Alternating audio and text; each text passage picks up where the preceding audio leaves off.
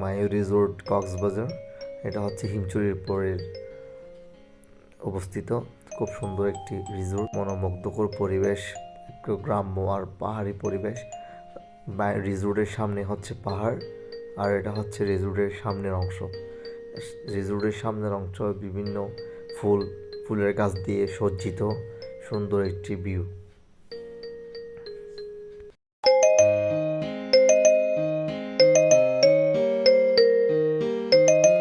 এই অংশটা হচ্ছে রিসোর্টের পিছনের অংশ। আপনি রেস্টুরেন্টের পাশে হচ্ছে সুইমিং পুল আর ফুলের বাগান। আপনি এখানে বসেই কফি, চা অথবা ডিনার করতে পারবেন।